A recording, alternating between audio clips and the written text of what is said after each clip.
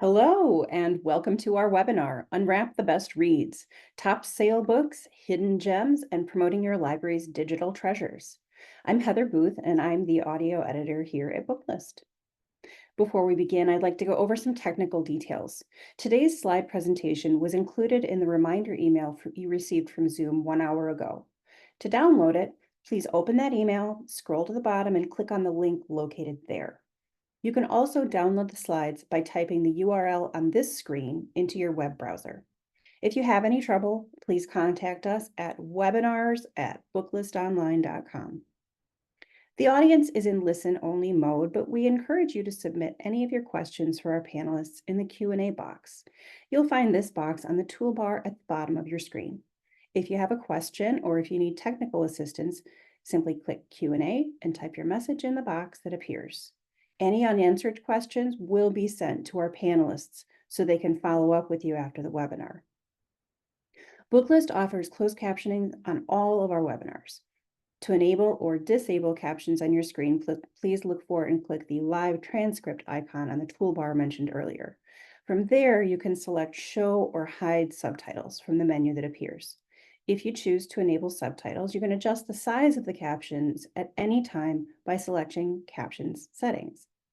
And finally, Booklist expects all participants to maintain an atmosphere of respect and fairness.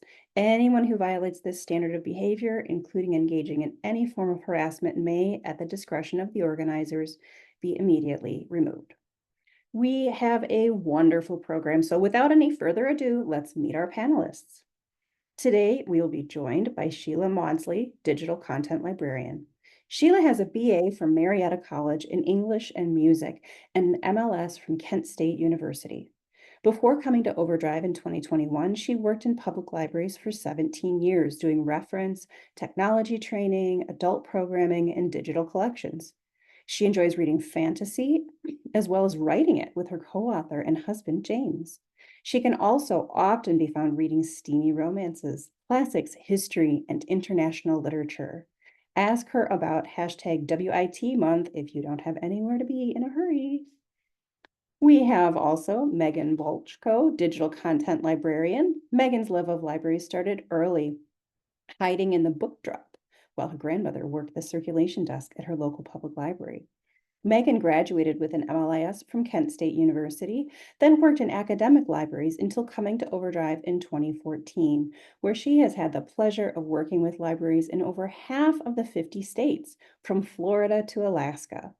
Her favorite books have Happily Ever Afters, are narrative nonfiction that teach her something new, or thrillers that keep her up past her bedtime to find out what happened.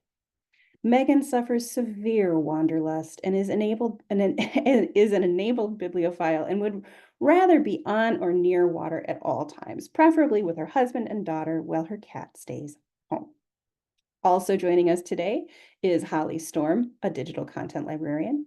Holly earned her MLIS from the University of Pittsburgh and her BA in English from the University of Maryland, with minors in creative writing and sustainability studies. Before coming to OverDrive, she worked in adult services at a public library in Northeast Ohio. She loves to read fantasy and science fiction, and outside of work, she also loves crafting and dance. And our final panelist is Gabriella Mendocino. Gabriella is a lifelong reader, houseplant addict, and literal tree hugger.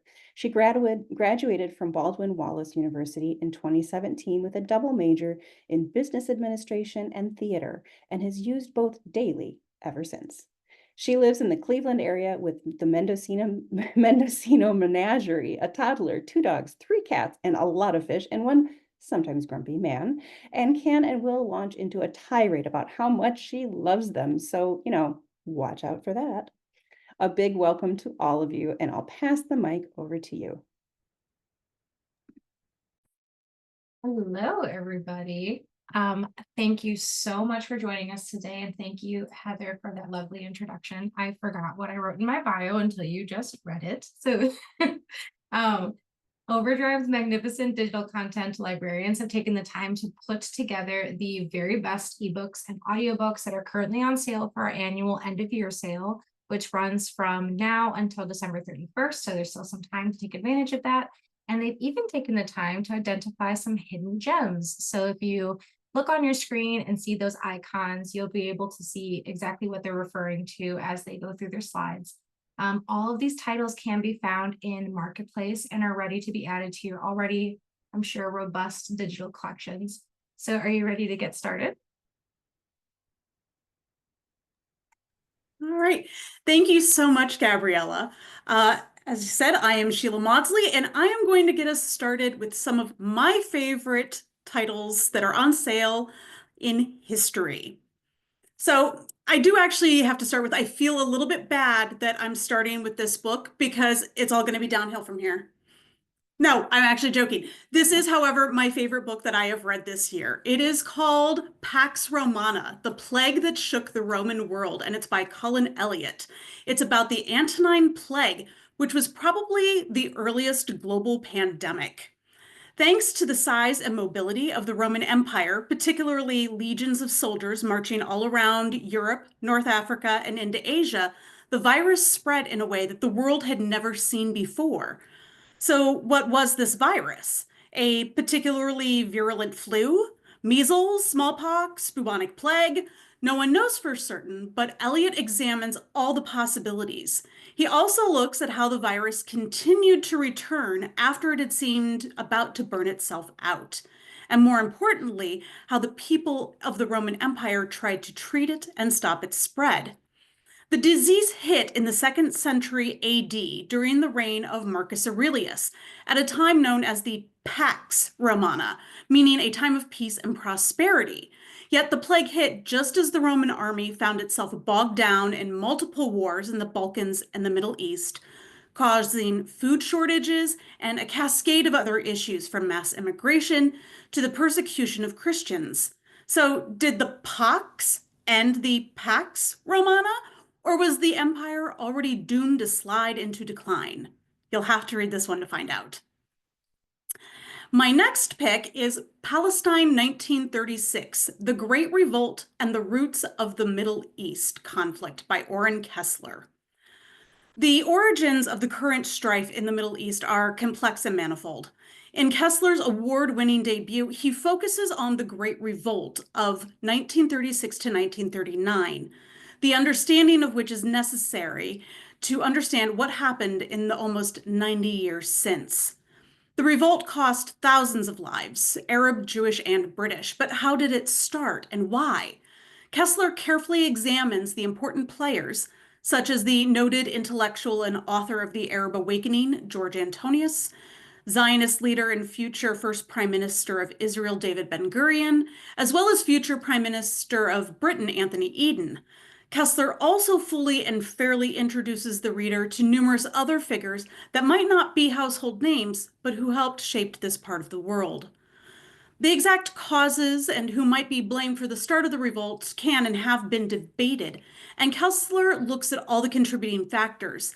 Then he looks through the years of the revolt as he starkly discusses the first uses of terrorist tactics by both sides and the pleas to forego such methods, as well as the use of military force and labor strikes. The Great Revolt then came to its end as Britain needed to focus its energies on World War II, but their decrees did not solve the underlying issues of mistrust between all involved, which would only grow following the war and the Holocaust. Kessler's book doesn't offer easy answers, but it does provide excellent context to one of the most pressing issues in the world today. And now for my final history pick, let's talk about Raiders, Rulers, and Traitors, The Horse and the Rise of Empires by David Chaffetz. Now, I'm not a horse girl, but a deep love of horses is not necessary for you or your patrons to love this book. It's another debut history, and it traces the earliest known herding of horses on the Eurasian steppe, sometime before the year 3000 BCE, through the last great cavalry battle of World War I. At first, horses were prized as a source of milk and meat, mare's milk actually being more nutritious than cow, sheep, or goat milk. Horses also proved vital to the pasturing of these other animals on the steppe, as their hooves can break through snow and ice to reach grass for all the animals of the herd. But eventually, the steppe peoples learned to ride, mostly because a person can't control a herd of horses on foot. Early on, the herders also realized that chariots could be placed behind horses and ridden. The concept of chariots and riding eventually made it off the steppe to the Middle East, China, and India. And with these innovations, horses became prized by all as a tool for building empires. But all did not run smoothly for the empire builders. Other lands didn't have the same nutritious pasture land as the steppe. And rulers found that they found these animals so frustrating and useful, they would stop at nothing to obtain the best horses. For instance, we might know the great trade route from China as the Silk Road, but more horses were traded than silk. Horses and cavalry continued to dominate life for millennia, from Kazakhstan to China to Mongolia to Russia and Iran and India, until industrialization replaced the horse with the tank and automobile. But Chaffetz's book will make you long for the vanished world of the horse lords. And now I'm going to kick it over to Holly. Thanks, Sheila. I've been meaning to read more nonfiction, so I'm really excited for those titles, especially Pax Romana. Up next, I'm going to share a few titles from some of my favorite genres, fantasy and science fiction. My first pick is The Wren in the Holly Library by K.A. Lindy. This is an urban fantasy that takes place in an alternate version of New York City, where humans coexist with monsters such as vampires, werewolves, goblins, trolls, and more. When a young woman named Kierce is caught breaking into the home of a powerful warlock, she is offered a deal. She can escape the fatal consequences of her mistake if she agrees to help with the heist of a well-guarded artifact. As Kierce and her new partner in crime train for their upcoming mission, their relationship develops into something more romantic. This is a fast-paced fantasy full of rich world building. Kierce is a main character with a lot of complexity and determination who I think a lot of readers will root for.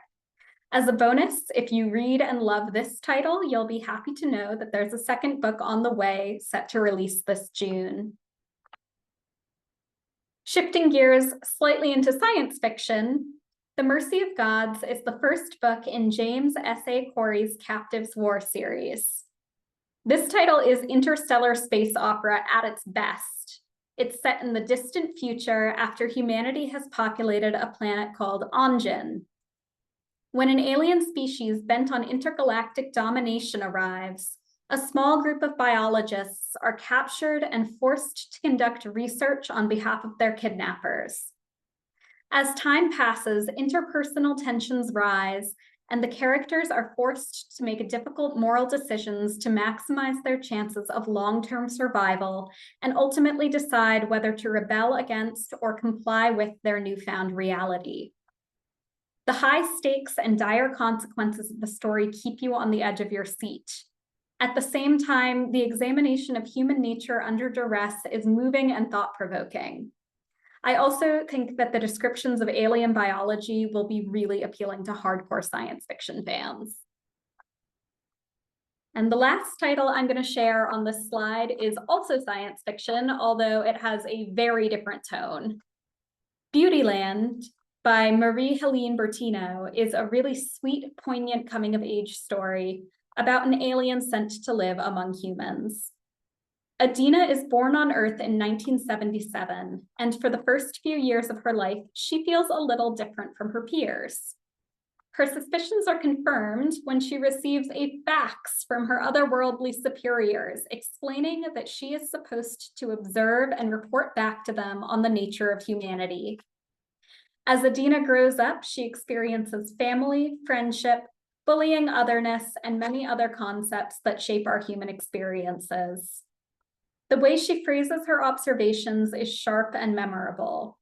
There's a lot of subtle humor that balances the really powerful emotional beats. And in a fun twist, the story culminates in her deciding to share her life story in the form of a novel. It's science fiction that's really grounded in reality, and I think it makes for a really contemplative and introspective read. And with that, I'm going to pass it over to Megan. Wait a I'm minute, gonna be facts? faxes. Fax machine, yeah. I love it, facts. Ah, takes me back. All right. Well, for anyone that's ever met me or not met me, I've got to talk about romance novels. I need romance like a fish needs water. And the end of the year sale is always overflowing with great titles at great prices for you and any of your patrons that also need that satisfaction that only a happily ever after can bring. I'm going to kick us off with Here for the Wrong Reasons by Annabelle Paulson and Lydia Wang. Reality dating competitions are here to stay, and I personally could not be more excited about that. The Bachelor is really the only show that my husband and I watch together that isn't on HGTV, so I need to continue forever. Please and thank you. Whether you're a fan of these shows or not, reality dating shows have been popping up more and more in romance novels, and this is a trend that doesn't seem to be slowing down anytime soon. In our novel, Kristen is looking to lasso up a man, and this rodeo competition queen thinks that Hopelessly Devoted is the place for her to finally meet the normal love, then get the relationship that she has always been unable to wrangle up her whole life. Lauren is just here to get followers and hopefully have a storyline that keeps her around for a bit and not be the villain in the end, but certainly not get a proposal. What neither of them wanted was for a real connection to be made not with the hopeless romantic, Josh, but with each other. Will their growing attraction be able to last group dates, overnights, and meeting the family, but all with someone that is not each other? This book is here for the right reasons, to delight and surprise readers who are going to want to keep reading to find out who will get that final rose. Next, we have Outdrawn by Deanna Gray. While fake dating is normally my catnip, I'm also a sucker for a rivals to lovers romance. No one is grumpy, which I also love. Just two people at the top of their game who are scrambling to the top.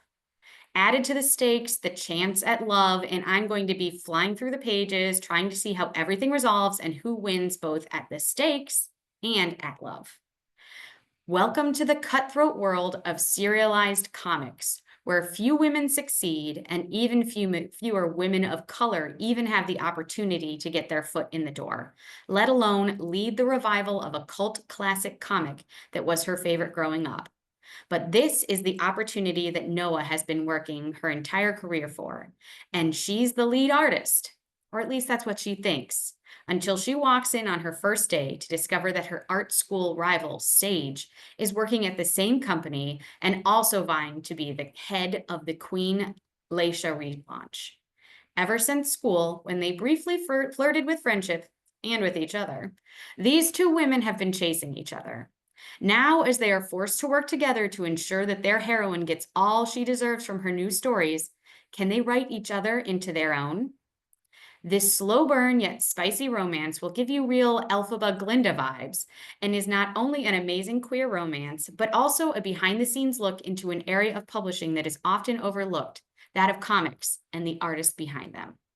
And last, but certainly not least, we have The Scenic Route by Katie Ruckle.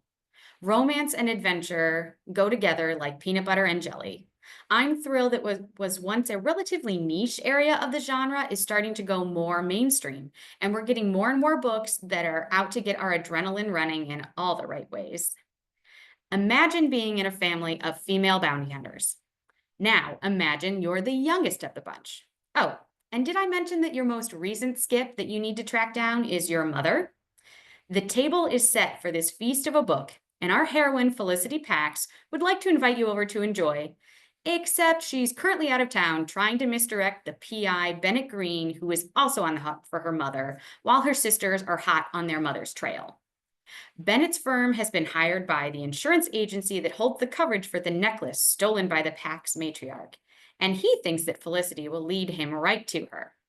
Imagine his surprise when instead she leads him to another bounty she's hunting, the militia that's hiding him, and all of the chaos along the way.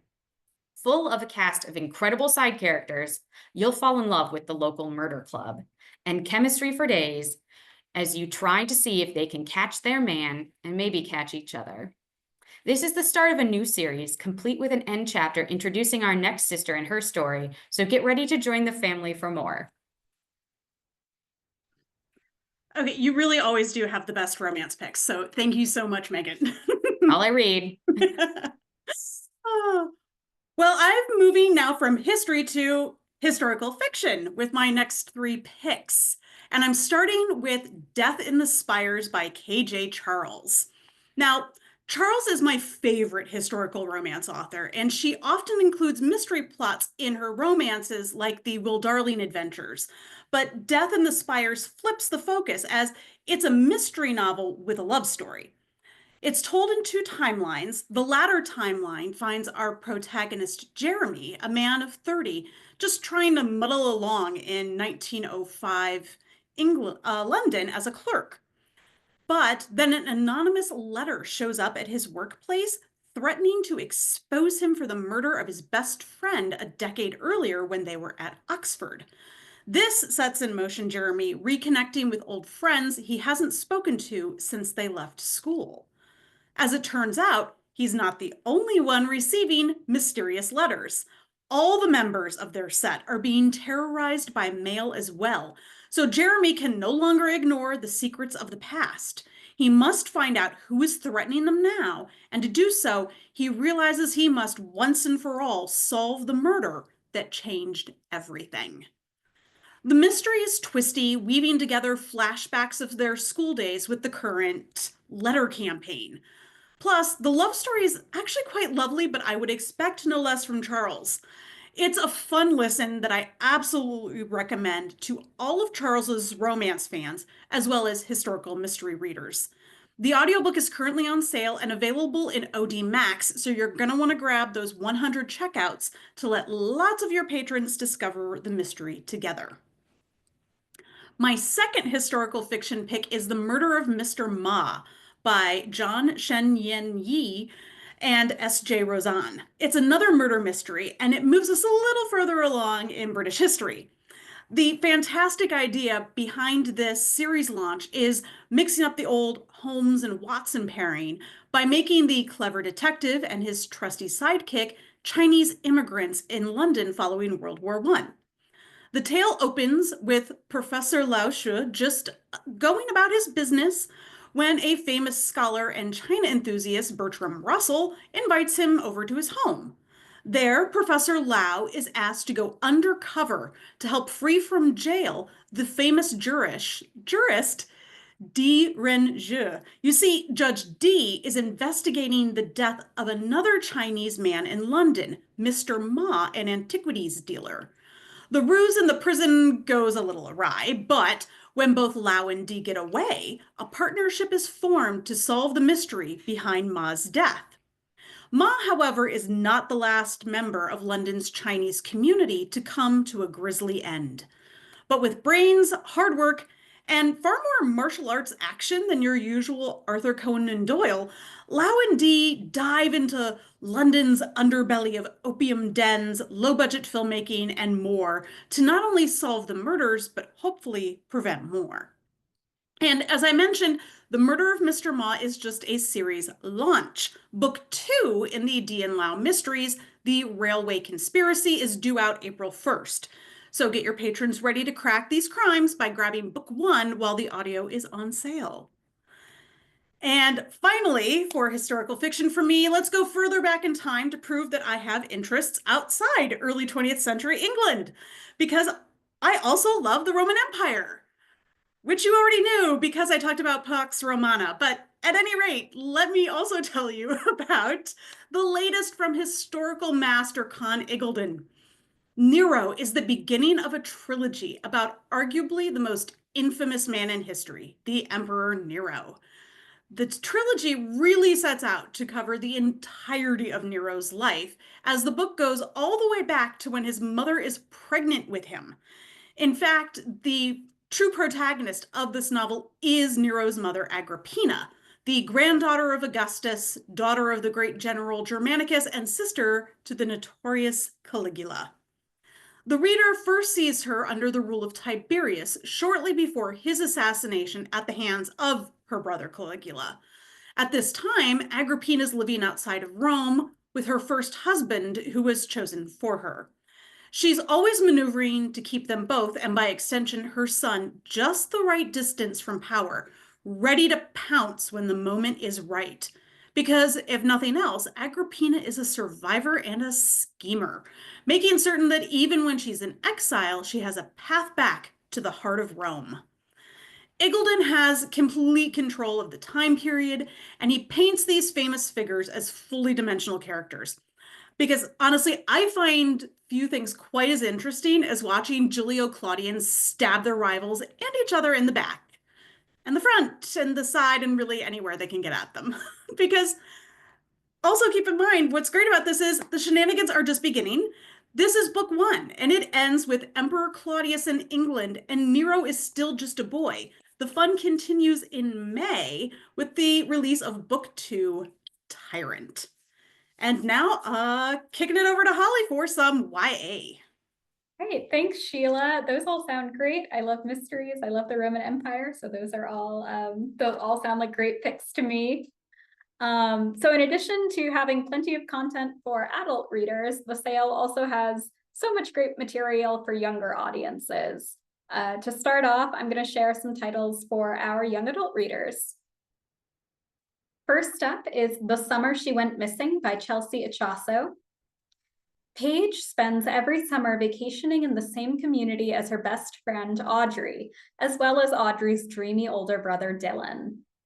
The summer before their junior year starts out as it usually does, with fun activities like rafting, picnics, and plenty of partying. But things turn sour as Audrey becomes more and more distant until one night when she inexplicably disappears. A year later, the case has gone completely cold. That is until Paige finds a clue in Audrey's bedroom that sends her down a mysterious and potentially dangerous path. This is a fast-paced drama full of suspense and intrigue. I think it's a great pick for readers who loved One of Us is Lying, A Good Girl's Guide to Murder, and other young adult thrillers. The story does deal with some dark themes, so it may be best for older readers, but the overall message is hopeful and incorporates strong themes of friendship and overcoming adversity. My next title is This Ravenous Fate by Haley Dennings. This one is set in 1920s Harlem against the backdrop of the Jazz Age and the Prohibition. Except unlike the history you may be familiar with, in this world, the streets are terrorized by vampiric monsters known as Reapers. The story follows two former best friends driven apart by a catastrophic set of circumstances. Elise comes from a family of well-respected Reaper hunters. Layla was turned into a Reaper 3 years before the story begins. Since then, they've been mortal enemies. But after a series of murders shakes their community, the girls are tasked with working together to uncover the truth of what is really going on. Along the way, they may even unravel the mystery of the Reaper's origins and find a way back into each other's good graces. I feel like this title hits a lot of genres in the best ways, including historical fiction, fantasy, thriller, and enemies to lovers LGBTQ romance. This is also the first in a duology, so fans will have even more to look forward to on the horizon. And my final young adult title is Where Wolves Don't Die by Anton Troyer. You might recognize the author from his nonfiction bestseller, Everything You Wanted to Know About Indians But Were Afraid to Ask. But this is his first fictional title for young adults. It tells the story of Ezra Cloud, an Ojibwe high school student who is falsely accused of setting fire to his bully's house. After this incident, Ezra's father arranges for him to spend the winter with his grandfather on a reservation in Canada, where he learns wilderness survival skills such as hunting and working the trap line. This is a great book about learning to process turbulent emotions and trauma.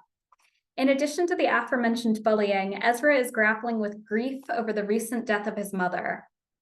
The story also offers a really fascinating window into the culture and history of the Ojibwe people, making it a great pick for libraries looking to build diverse collections. I also want to point out that the audiobook is read by the authors, so I'd really highly recommend looking into that format. And with that, I'll pass it back over to Megan. Oh, those all sound amazing.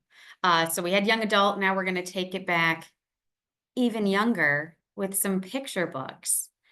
If you still haven't gotten into picture books from Libby, the end of the year sale is a great way to add some wonderful titles at even better prices.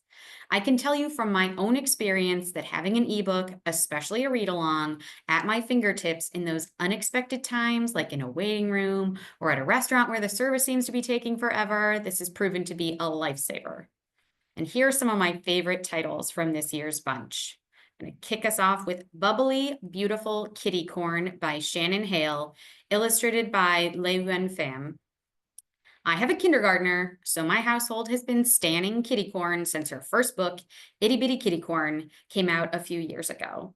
From the colorful, whimsical illustrations to their uplifting messages, these books are all must-reads. Kitty and Unicorn seem to really have it all.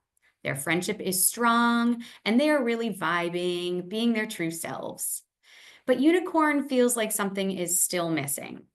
Luckily, he knows that his friend Kitty will listen to him and be supportive when he lets her know what this thing is. Sometimes he dreams about being a mermaid.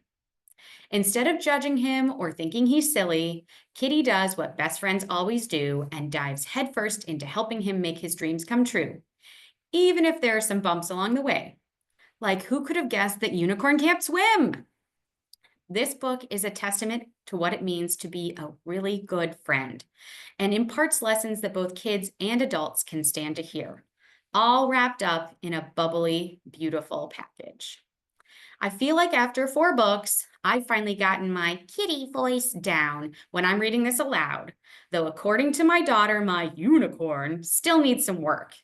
I hope that there's a 5th waiting in the wings for me to try again. Up next, we have Overdue, The Misadventures of Bob the Book by Gloria Coster, illustrated by Paul Gerlinski.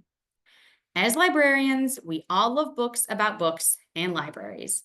But when they are as charming and as fun as this one, I can assure you that even the least bookish of your patrons will love it. Bob is the favorite book of the students of Wisdom Hill Elementary School, and he knows it. He is always checked out, and he gets the chance to go lots of fascinating places with his students, like on car rides and to the dentist. And everyone is always excited to welcome him into their homes. That is until he gets sent home with Sebastian, whose family eats too close to him for comfort and ignores him to watch TV instead. When Sebastian's dad cleans up and puts Bob away on the shelf with other books, he is forgotten, and months go by. Bob is worried that he will never see the library and the other students again as he grows dusty and forlorn. Will Sebastian ever take the time to open Bob up? Will Bob ever make it back to the school? The only way to find out is if you read on. This is the perfect book for all kinds of libraries, school or public, and the advice at the end of the book on how to best care for books, such as not eating food too close to them, advice that I don't always follow myself, is a great way to introduce kids to the joys of both reading and borrowing.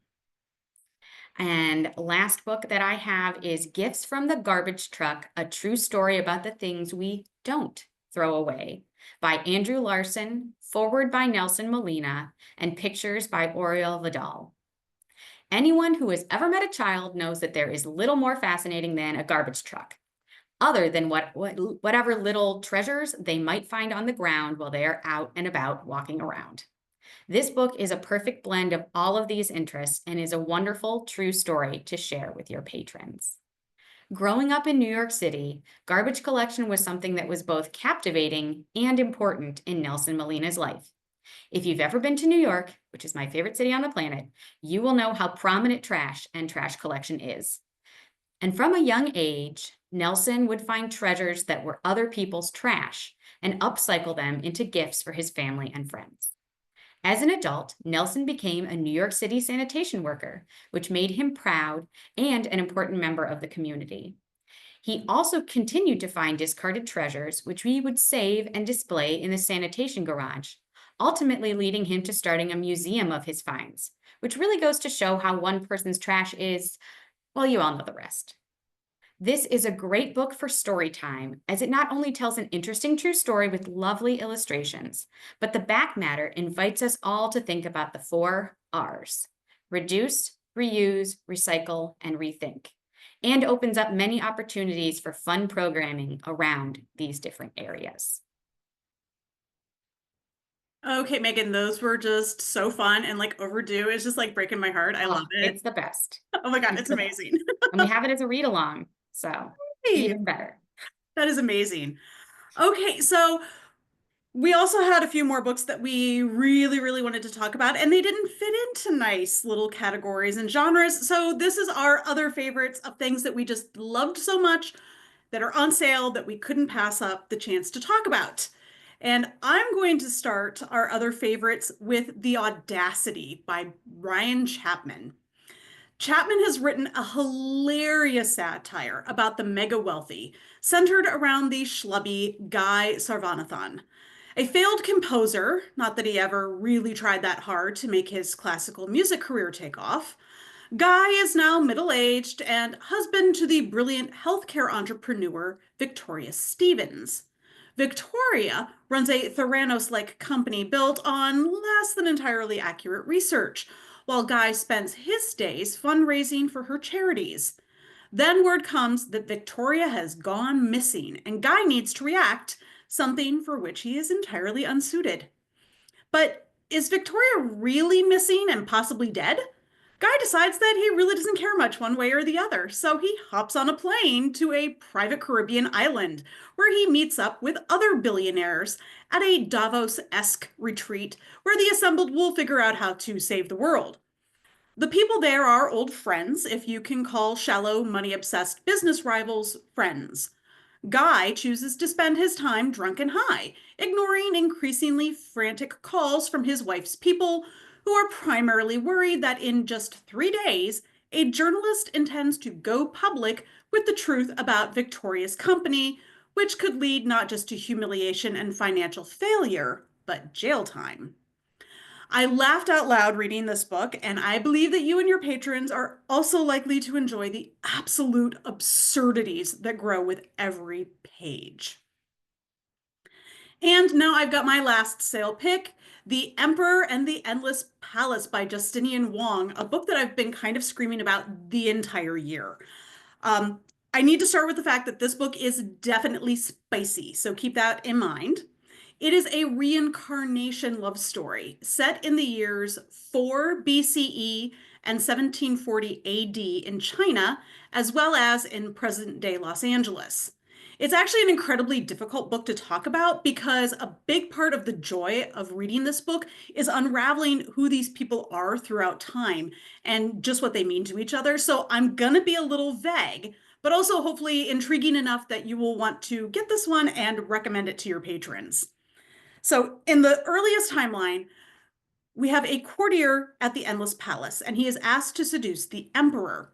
He's a man who often uses sex to advance himself, but this is going to be different, not simply because the target is the emperor, but because there are other powerful men at court who would rather keep him away from the emperor.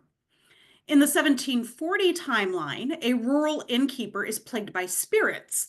The question is, can a medical student help him or only make matters much, much worse? And in the present day, a college student finds himself in the middle of Southern California's Asian rave scene. At a party, he meets a stranger and feels an immediate and strong connection, almost as if they've met before. This book is an elegant mix of historical fiction, gay love story, folktale, and erotica. If any of those elements sound good to you, you are going to want to snatch this one up. And now, over to Holly. Thanks, Sheila. I think all of those elements sound good. So yeah, I'll be putting that on my list too. My next pick is a mystery, The Murders in Great Diddling by Katarina Bibald.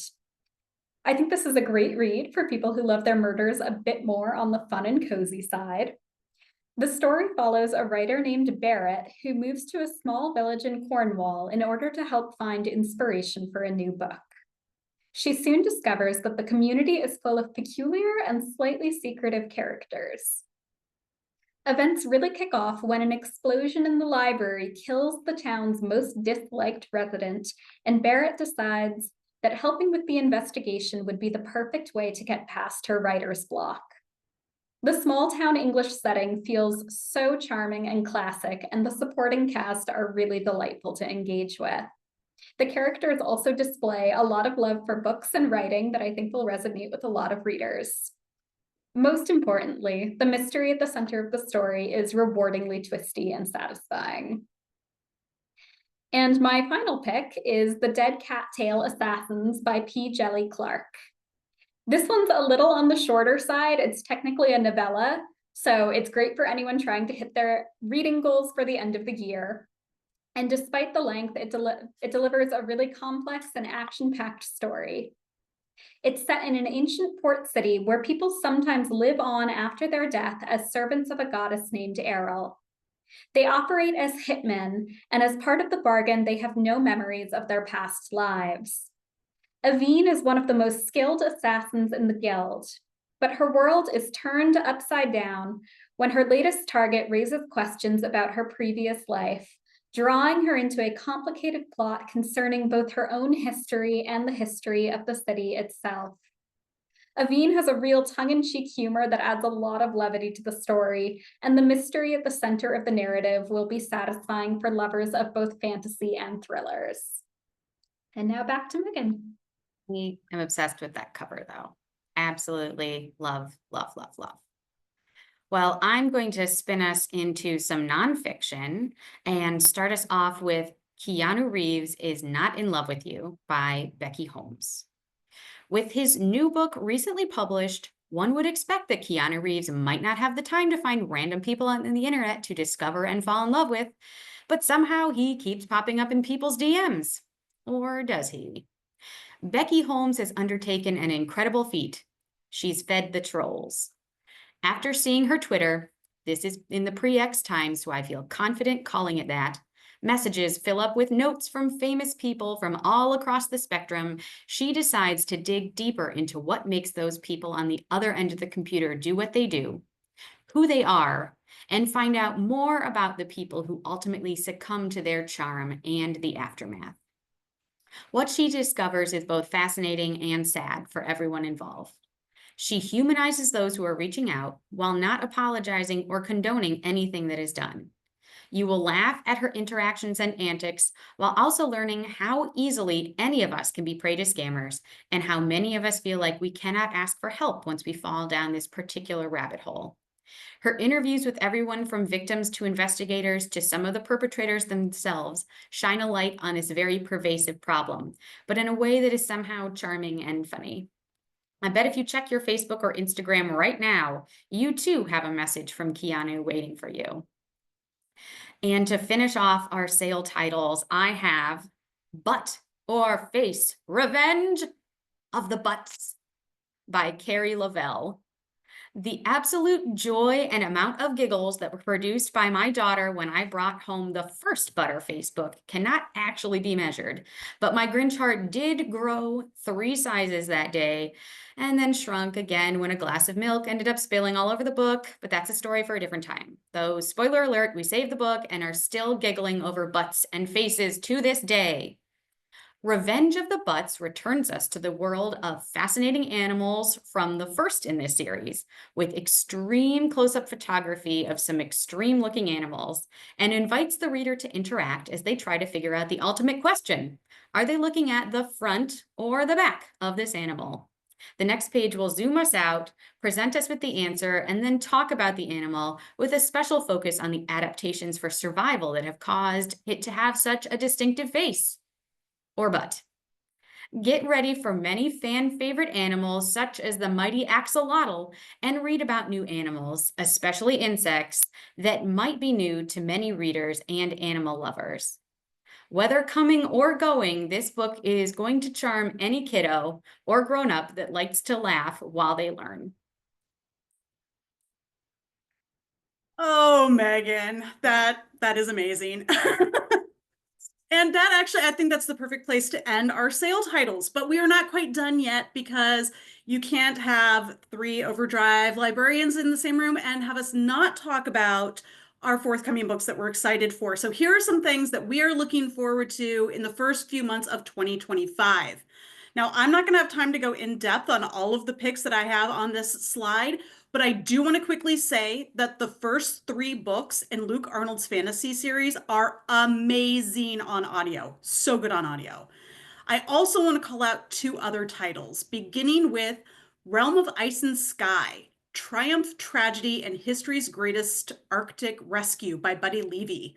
This fantastic history book looks at the use of airships in the exploration of the North Pole.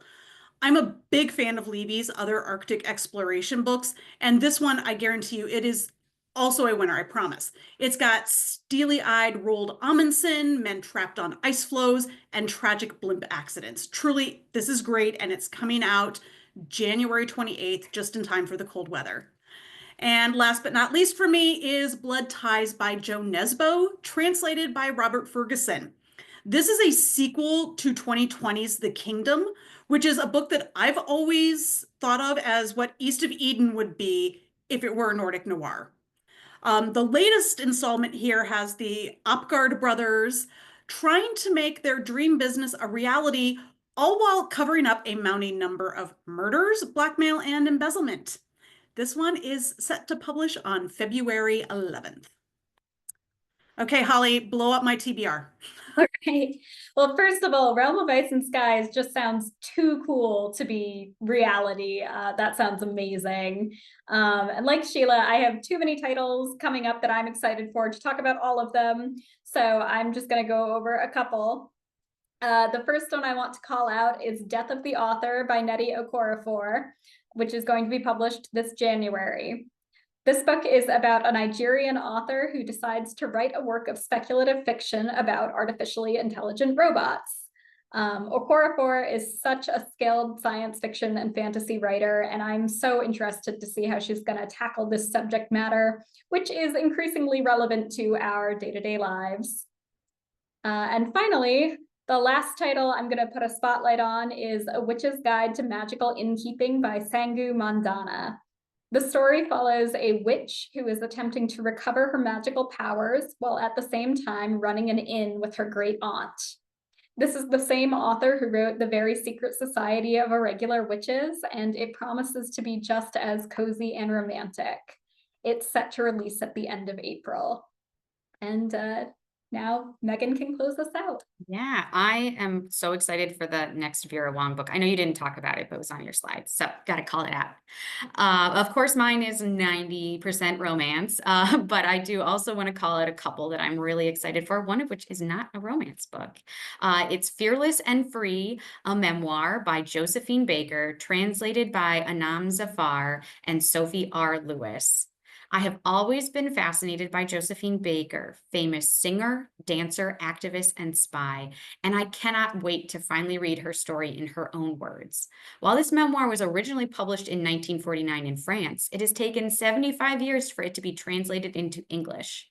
This book is going to be a must-read for fans of history, entertainment, the civil rights movement, and more. It is expected to publish on February 4th. And last, but certainly not least, I'm going to talk about For One Night Only by Jessica James. I stayed up way too late reading this one, so I need everyone else to do so now, so I can have someone to talk about how delightful it was with. In order to try to save her yet-to-be-renewed television show and her tarnished reputation, Valerie must reunite with her band, the Glitterbats, for one final show.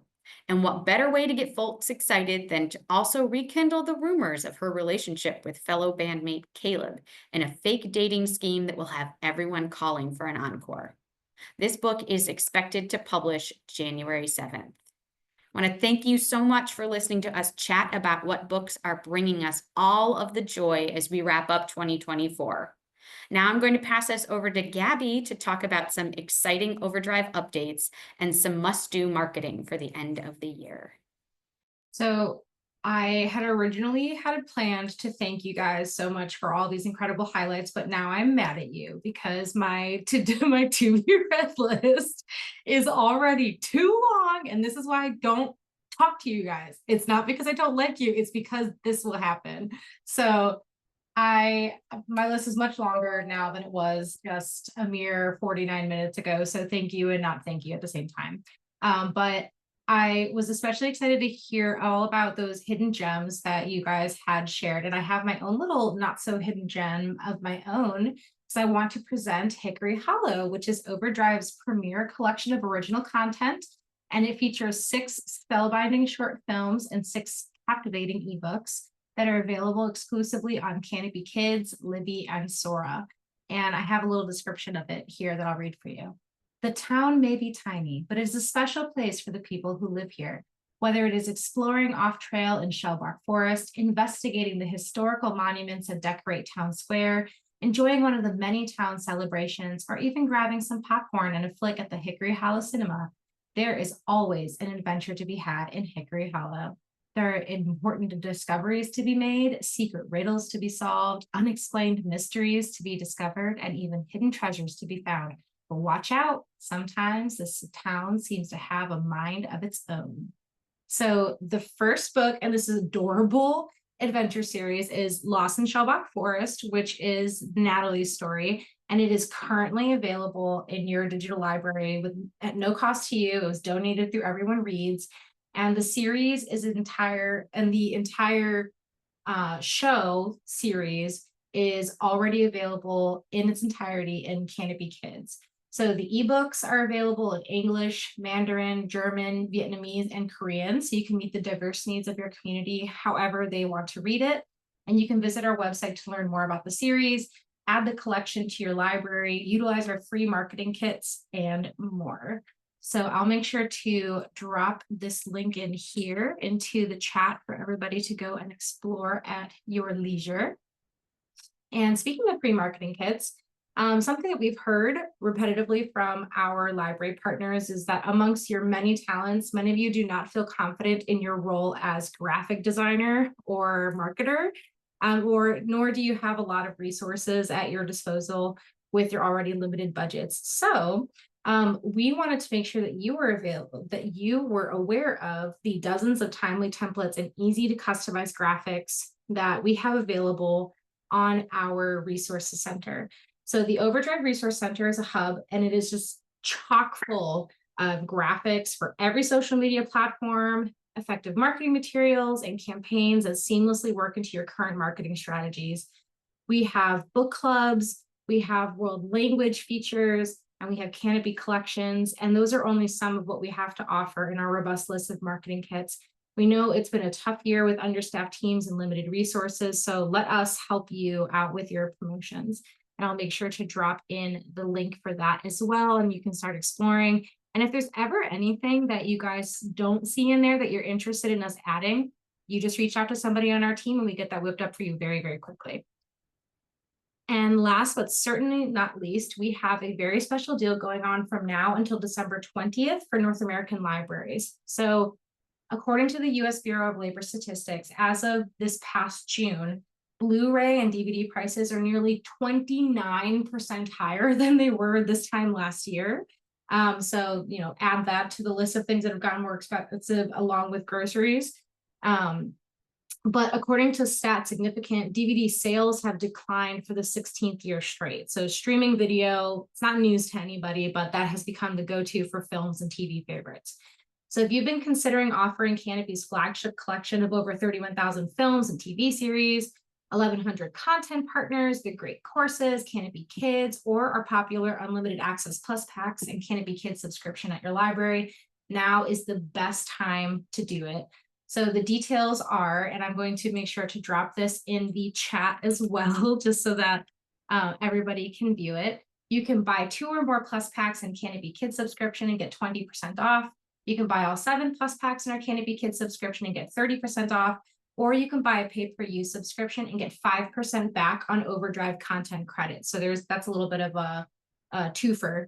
So if you are interested in any of the following options, you can email our team at marketing@canopy.com. You can ask us for a brief demo of the Canopy patron interface. You can get a 2-week trial for your staff, pricing for your library, and we would need the total, we would need the number of active care card holders at your library and the total circulation of physical and digital materials at the library for 1 year, but we can get all of this set up for you very quickly. So I'll make sure to drop this in the chat as well, to learn more about our Canopy end of year sale. Thank you guys so much for hanging in with us for this awesome chat that was going on. It was really fun to get to talk with all of you from all over the world. And you can stay up to date on all things OverDrive and Libby by following us on social media at X, formerly Twitter, on Facebook, and on Instagram. And if anybody's feeling really adventurous and professional, you can follow us on LinkedIn as well. Thank you so much. This really was so much fun. There is little I enjoy more than hearing book people talk about their favorite books so enthusiastically. I also have a really long TBR at this point too. Thank you all so much, Sheila, Megan, Holly, and Gabriela. This was so informative and so helpful. As I mentioned at the top of the program, any unanswered questions will be passed along to our panelists so they can follow up with you after the webinar. Tomorrow, all of you wonderful attendees will receive an email containing links to today's video recording, the slide presentation, as well as all of the links from the OverDrive team and a certificate of completion. For more about Booklist webinars, be sure to visit booklistonline.com/webinars.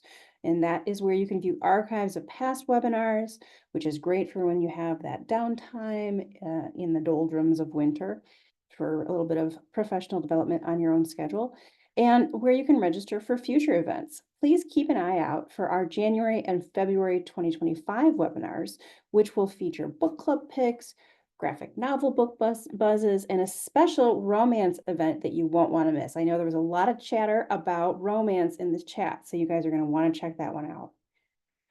Thank you all so much for attending today's webinar. A huge thank you to our panelists and to our sponsor, OverDrive. We are so grateful to have all of this great info heading into the holiday season. This concludes today's webinar. See you next time.